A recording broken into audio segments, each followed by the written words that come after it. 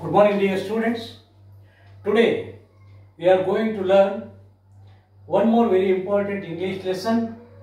A question will be appear in every examination from 6th, 7th, 8th, 9th, 10th PUC, and also those who are studying B.Ed, MA and all other things. Question tag.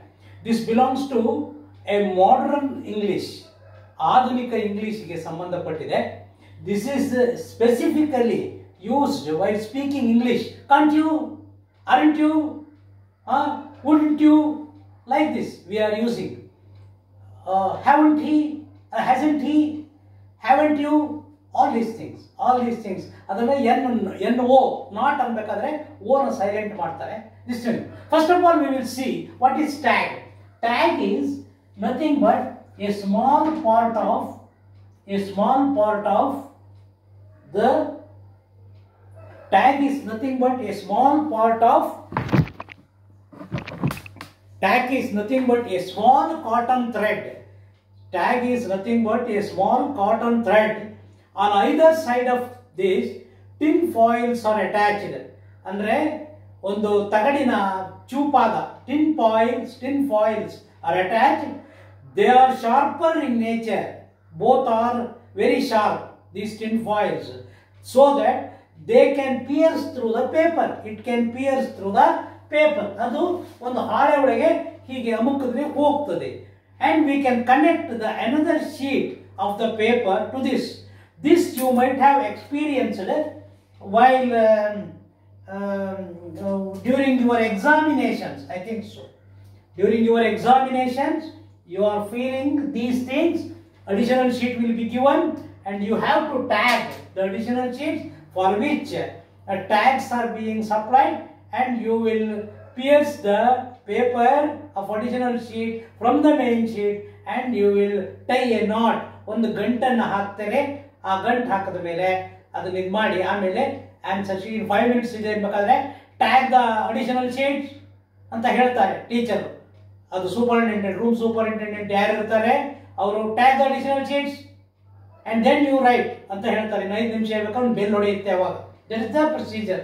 ಹಾಗೆ tag is a small cotton thread. On either side of it 2 tin foils are attached so that it is sharper in nature. Both tin foils, it can pierce through the paper, additional paper, and after piercing through the additional paper you will knot the additional sheets. And this is very helpful, and this is a very small thing. ಇಷ್ಟೇ ಇರುತ್ತೆ ಇಲ್ಲೇ tag ಇರುತ್ತೆ. ಇದು ಸ್ವಲ್ಪ ಉದ್ದ ನಂಗೆ ಸಿಕ್ಕಿಲ್ಲ ಬೇರೆ ದೊಡ್ಡದು. ಹಾಗಾಗಿ ದಟ್ ಈಸ್ ಕ್ವಶನ್ ಟ್ಯಾಗ್ ಅನ್ನೋದಾಯ್ತು. Question means what? There should be a question always for question tag there should be a question always. That is why very important.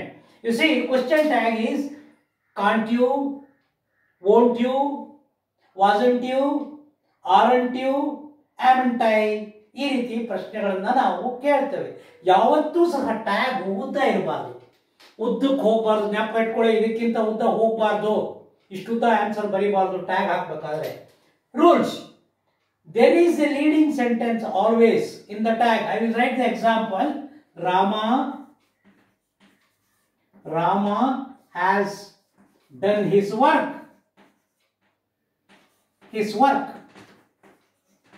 Rama done his work ಅನ್ಬೇಕಾದ್ರೆ ರಾಮ ಅವನ ಕೆಲಸ ಮಾಡಿಲ್ವಾ ಅಂತ ನೀವು ಕೇಳಿ. ಈಗ ನೋಡಿ, ಸಾಹಿತ್ಯ ಅಂತ ತಗೊಳ್ಳಿ. ಸಾಹಿತ್ಯ ಅನ್ನೋ ಹುಡುಗಿ 6ನೇ ಕ್ಲಾಸು 5ನೇ ಕ್ಲಾಸು ಓದ್ತಾ ಇದ್ದಾಳೆ. She studying. ಬೆಳಗ್ಗೆ ಪರೀಕ್ಷೆ, ದೊಡ್ಡ ಪರೀಕ್ಷೆ. 11 ಗಂಟೆಗೆ ಓದ್ತಾ ಇದ್ದಾಳೆ. ಇನ್ನೂ ಅಮ್ಮ ಬರ್ತಾಳೆ, ಊಟ ಮಾಡಿಲ್ಲ. ಅಮ್ಮ ಬರ್ತಾಳೆ, ಊಟ ಮಾಡ್ತೇನೆ ಅಂತ ಕೇಳ್ತಾಳೆ. ಏನು ಆನ್ಸರ್ ಕೊಡಲ್ಲ. ಸುಮ್ಮನೆ ತಲೆ ಹಂಗೆ ಹಿಂಗೆ ತಲೆ ಹಾಕೊಂಡು ಓದ್ತಾ ಇರ್ತಾಳೆ. ವಾಪಸ್ ಹೋಗ್ತಾಳೆ. ಅಮ್ಮ ನೆಕ್ಸ್ಟ್ ಬರ್ತಾಳೆ 2ನೇ ಸರಿ. ಬಂದಾಗ ಊಟ ಮಾಡಿದ್ಯಾ ಅಂತ ಕೇಳ್ತಾಳೆ. ಮಾಡಿದ್ಯಾ ಅಂತ ಫಸ್ಟ್ ಕೇಳ್ತಾಳೆ. What is the second word? The mother asks. ತಾಯಿ 2ನೇ ಪ್ರಶ್ನೆ ಏನು ಹೇಳ್ತಾಳೆ?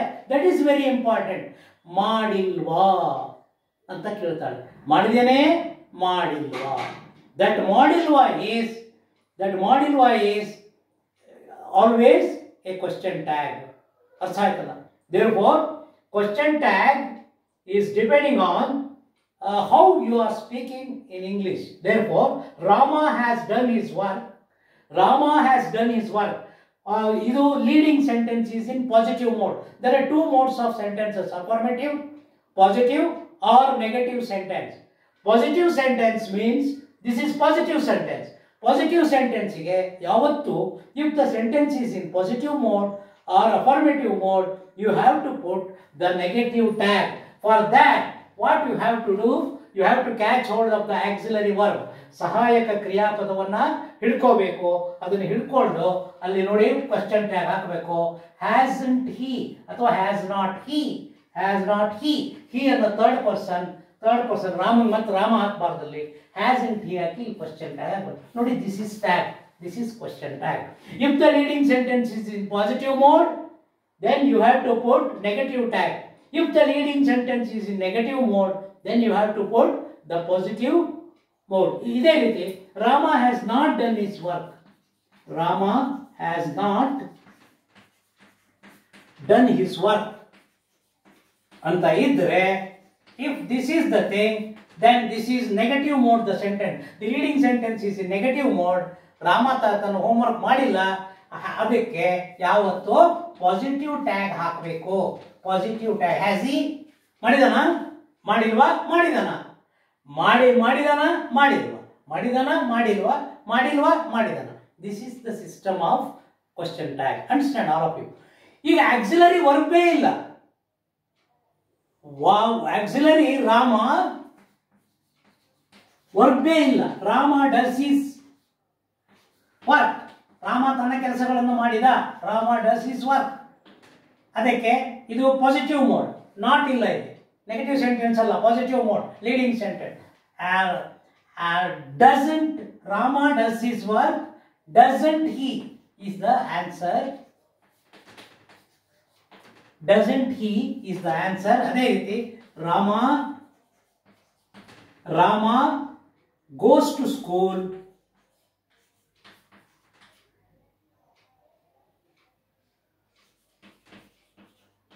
ಅನ್ಬೇಕಾದ್ರೆ ಇಲ್ಲಿ ಆಕ್ಸಿಲರಿ ವರ್ಬ್ ಯಾವುದೂ ಇಲ್ಲ. ರಾಮ ಗೋಸ್ ಟು ಸ್ಕೂಲ್ ಯಾವುದೂ ಇಲ್ಲ. ಇಲ್ಲಿ ಗೋಸ್ ಅನ್ನು ಥರ್ಡ್ ಪರ್ಸನ್ ಸಿಂಗ್ಯುಲರ್ಗೆ ಎಸ್ ಅನ್ನು ಹಾಕಿದ್ದೀವಿ. This is third person. ಹಾಗಾಗಿ ಇದನ್ನ ಏನಂದ್ರೆ ಡಸಂಟ್ ಹಿ ಅನ್ನೋದನ್ನ ನಾವು ಇದಕ್ಕೂ ಸಹ ಹಾಕಬೇಕು. ಡಸಂಟ್ ಹಿ ಹೋಗಿಲ್ವಾ, ಹೋಗಿದಾನ ಅನ್ಬೇಕಾದ್ರೆ ಡಸಂಟ್ ಹಿ ಅಂತ ನಾವು ಹಾಕಬೇಕಾಗತ್ತೆ. ಯಾಕೆಂದ್ರೆ ಇಲ್ಲಿ ಆಕ್ಸಿಲರಿ ವರ್ಬ್ ಸಹಾಯ ಇಲ್ಲ. ಇಲ್ಲಿ ಆಕ್ಸಿಲರಿ ವರ್ಬ್ ಇದೆ, ನಮಗೆ ಹೆಲ್ಪಿಂಗ್ ವರ್ಬ್ ಇದೆ. ಅದಕ್ಕೆ ಹಿಂದಿನ ಪಾಠಗಳೆಲ್ಲ ಚೆನ್ನಾಗಿ ಓದಿದ್ರೆ ಮಾತ್ರ ನಮ್ಮ ಮುಂದಿನ ಪಾಠಗಳು ಅರ್ಥ ಆಗ್ತದೆ. Every lesson is interlinked. That's what I am telling. ಬಹಳ ಸ್ಟಡಿ ಮಾಡಬೇಕು, ಥಾರೋ ಸ್ಟಡಿ ಮಾಡಬೇಕು. ಇದ್ರ ಬಗ್ಗೆ ಮುಳುಗು ಬಿಡ್ಬೇಕು. ಅದರೊಳಗೆ ಮುಳುಗಿದ್ರೆ ಮಾತ್ರ you can understand, otherwise you can't. ಮತ್ತೆ ಶಾಲೆ ಪಾಠನೇ ಆಗುತ್ತೆ. ಹಾಗಾಗಿ Rama goes to school doesn't he ಅನ್ನೋದನ್ನ ನಾವು ನೋಡಿ. ಈಗ ಒನ್ ಮೋರ್ ನೋಡಿ ರೂಲ್ಸ್ ಏನು. A tag is there is a leading sentence. There is a leading sentence always. If it is positive, you have to put negative. ಅದು ಉದ್ದ ಹೋಗಬಾರ್ದು. ಯಾಕೆ ಟ್ಯಾಗ್ ಎಷ್ಟು ದೊಡ್ಡದಿರುತ್ತೆ, ಇಷ್ಟೇ ದೊಡ್ಡದಿರುತ್ತೆ ಟ್ಯಾಗ್, ಉದ್ದ ಹೋಗಬಾರ್ದು. Doesn't, hasn't he. If the leading sentence is positive mode, negative tag. If the leading sentence is negative, then positive tag ಅನ್ನ ಹಾಕಬೇಕು always. If there is no, for this we have to take the help of the auxiliary verb. Auxiliary verb help ಅನ್ನ ತಗೊಳ್ಬೇಕಾಗ್ತದೆ. Auxiliary verb ಇಲ್ಲದೆ ಇದ್ರೆ present tense ಇದ್ರೆ do, past tense ಇದ್ರೆ did, and third person singular present tense ಇದ್ರೆ does. ಈ ಮೂರು ಶಬ್ದವನ್ನ ಉಪಯೋಗಿಸಬೇಕು. Does, do, did. Does, do, did. ಇದನ್ನ ಹಾಕಿ ನಾವು ಆಕ್ಸಿಲರಿ ಟ್ಯಾಗ್ ಅನ್ನ, ಅದು ಟ್ಯಾಗ್ ಅನ್ನ, ಕ್ವಶನ್ ಟ್ಯಾಗ್ ಅನ್ನ ಮಾಡಬೇಕು. Question tag is A system in English, modern English. This is mostly used in speaking ಅಥವಾ ಸ್ಪೋಕನ್ ಇಂಗ್ಲಿಷಲ್ಲಿ ಜಾಸ್ತಿ ಉಪಯೋಗಿಸ್ತಾರೆ. ಹಾಗಾಗಿ ಒಂದು 4 ಎಕ್ಸಾಂಪಲ್ನ ನೋಡೋಣ ನಾವು. ಪಾಠ ಆಯ್ತು, ಪಾಠ ಇಷ್ಟೇನೆ.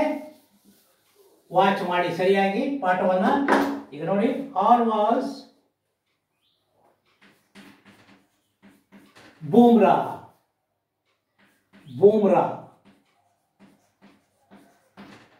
was a great bowler.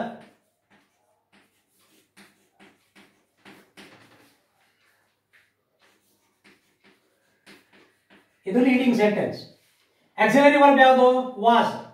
This is positive mode of action. Positive mode ಇದೆ. ಹಾಗಾಗಿ Bumrah is third person, first person ಅಲ್ಲ, ಸೆಕೆಂಡ್ ಪರ್ಸನ್ ಅಲ್ಲ, ಥರ್ಡ್ ಪರ್ಸನ್ ಅಲ್ಲ. ಹಾಗಾಗಿ ವಾಸಂಟ್ ಹಿ ಅಲ್ವೇನೋ ಅಂತಿರಲ್ಲ ನೀವು. ಏನಂತೀರಾ? ಒಳ್ಳೆಯ ಬಾಲು ಅಲ್ವೇನೋ ಅಂತಿರಲ್ಲ. ನೆಗೆಟಿವ್ ಟ್ಯಾಗ್ ಹಾಕ್ತೀರಾ ನೀವು, ಮಾತಾಡ್ಬೇಕಾದ್ರೆ ಉಪಯೋಗಿಸ್ತೀರಾ ಇದನ್ನ. ಅವನು ಓಡೋಡ್ ಬರ್ತಾನೆ ಅಲ್ವೇನೋ ಅಂತ ಹೇಳ್ತೀರಿ. ಅಲ್ವೇನೋ ಇಸ್ ಕಾಲ್ಡ್ ಆಸ್ ಟ್ಯಾಗ್. ಅರ್ಥ ಆಯ್ತಲ್ಲ? ಅದೇ ರೀತಿ you were here yesterday,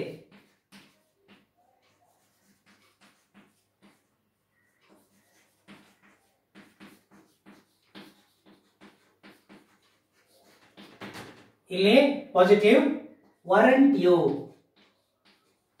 ವರಂಟ್ you ಇರ್ಲಿಲ್ವಾ ನೀನು ಅಂತ ಕೇಳೋದು. ಅದೇ ರೀತಿ ನೆಕ್ಸ್ಟ್ ಮುಂದೆ ಹೋಗೋಣ. ದಿ ಟ್ರೈನ್, ಟ್ರೈನ್ ಅನ್ನೋದು ಒಂದು ವಸ್ತು. ದಿ ಟ್ರೈನಿಗೆ ಸಂಬಂಧ. Is early today,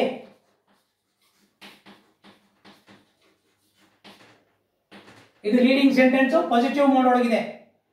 isn't it, isn't it, isn't and is not it. It ಅನ್ನೋದು ಟ್ರೈನಿಗೆ ಸಂಬಂಧ, third person singular. He she it ಅನ್ನೋದು ಬರಲೇಬೇಕಲ್ಲ ಅದಕ್ಕೆ. ಹಾಗಾಗಿ ಅಲ್ಲ ಮತ್ತೆ ಹೆಸರು ಹಾಕಬಾರ್ದು. isn't it is the question tag. ಇವೆಲ್ಲ question tagಗಳು ಮಕ್ಕಳೇ. ಹಾಗಾಗಿ question tag is a process in which there is a leading sentence. If the leading sentence is in positive mode, you have to use negative tag. If the leading sentence is in negative mode, you have to use positive tag.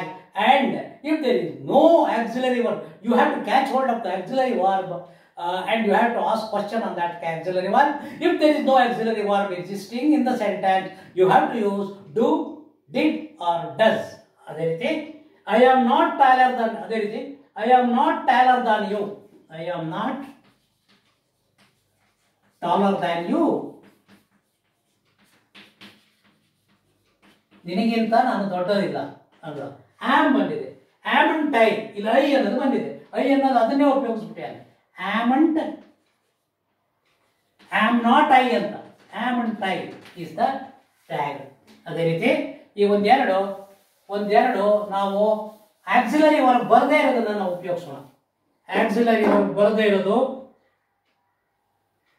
she can't play some great shots.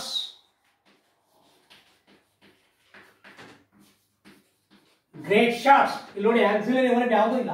Is ಇಲ್ಲ, was ಇಲ್ಲ, have ಇಲ್ಲ, had ಇಲ್ಲ, ಏನೂ ಇಲ್ಲ. But ಈ sentence past tense ಅಲ್ಲಿ ಇದೆ ಅಂತ ನಾವು ತಿಳ್ಕೊಂಡಿದ್ದೀವಿ. ಏನೂ ಇಲ್ಲ ಇದ್ದಾಗ ಏನು ಪಾಸ್ಟ್ ಟೆನ್ಸ್ ಅಲ್ಲಿ ಏನು ಬರೆದಿದೆ? ಡೂಗೆ ಪಾಸ್ಟ್ ಟೆನ್ಸ್ ಏನು? ಪಾಸ್ಟ್ ಟೆನ್ಸ್ ಏನು? ಡಿಡ್ ಅಂತ. ಡಿಡಂಟ್ ಹಿ, ಇದು positive mode of action. Didn't he ಅಂತ ಉಪಯೋಗಿಸ್ಬೇಕು. ಡಿಡಂಟ್ ಹಿ ಯಾಕೆ ಅಂದ್ರೆ ಅದು ಪಾಸ್ಟ್ ಟೆನ್ಸ್ ಅಲ್ಲ, Srikanth third person. Didn't he ಅನ್ನೋದನ್ನ ನಾವು ಉಪಯೋಗಿಸ್ಬೇಕು. You won't be late, you will not be late ಅನ್ನೋದನ್ನ ಯು ವೋಂಟ್ ಬಿ ಲೇಟ್ ಅಂತ ಬರೀತಾರೆ. ಇದು ನೆಗೆಟಿವ್. ವೋಂಟ್ ಬಿ ಲೇಟ್ ಇದು ನೆಗೆಟಿವ್ ಟ್ಯಾಗ್, ನೆಗೆಟಿವ್ ಸೆಂಟೆನ್ಸ್ ಇದೆ. ವಿಲ್ ಯು ಇದು future tense. Will you this is negative tag, positive tag. ಅದೇ ರೀತಿ you will be late ಅನ್ಬೇಕಾದ್ರೆ won't you, you will be late ಅಂತ ಹೇಳ್ಬೇಕಾದ್ರೆ ವೋಂಟ್ ಯು ಅಂತ. ಇನ್ನು ಕ್ವಶನ್ ಹೋಗೋಣ. Have you forgotten something? Have you forgotten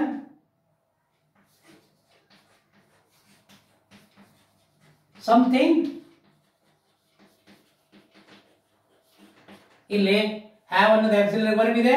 ಪ್ರಶ್ನೆ ಹಾಕಬೇಕು, ಕ್ವಶನ್ ಟ್ಯಾಗೇ ಬರಬೇಕು. ನೀನೇನಾದ್ರು ಮರ್ತ್ಯ ಅನ್ಬೇಕಾದ್ರೆ ಕ್ವಶನ್ನಿಗೆ question tag. Haven't you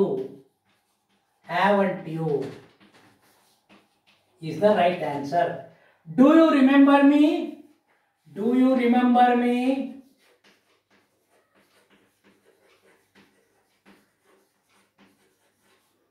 Remember me, ನೀನು ನನ್ನನ್ನು ಜ್ಞಾಪಕ ಮಾಡ್ಕೊಂಡಿದೀಯಾ? Don't you is the right answer. You ಬಂದಾಗ don't, ಅದೇ ಥರ್ಡ್ ಪರ್ಸನ್ ಬಂದಾಗ ಡಸ್ ಬರ್ತದಲ್ಲಿ ಪ್ರೆಸೆಂಟ್ ಟೆನ್ಸ್ ಅಲ್ಲಿ. ಅರ್ಥ ಆಯ್ತದ? ಅದೇ ರೀತಿ ಆರ್ ಯು ಹಂಗ್ರಿ? ಹಸಿವಾಗಿದೆಯಾ ನಿನಗೆ? Are you hungry? Positive. Aren't you is the tag. Is the tag. Next, his handwriting is bad.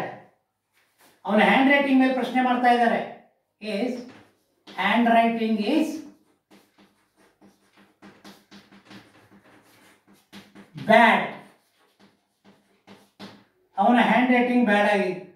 Isn't it, ಯಾವುದು hand writing third person singular. Isn't it, his hand writing is bad. Isn't it, is not it ಅಥವಾ isn't it ಯಾವ್ದು ಬೇಕಾದ್ರೂ ಆಗ್ತದೆ. ಹಾಗಾಗಿ if the leading sentence is in positive mode, negative tag. If the leading sentence is in negative mode, positive tag. If there is no auxiliary verb in the sentence, you have to use do, does or did. ಅದನ್ನ ಉಪಯೋಗಿಸಬೇಕು ಅನ್ನೋದನ್ನ ನಾವು ಕಲ್ತ್ಕೊಂಡಿದ್ದೀವಿ.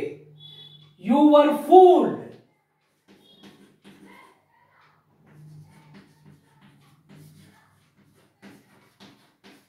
Were ಇದೆ positive mode. Weren't you? Negative tag.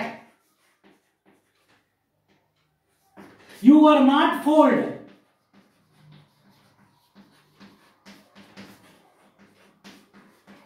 Negative sentence.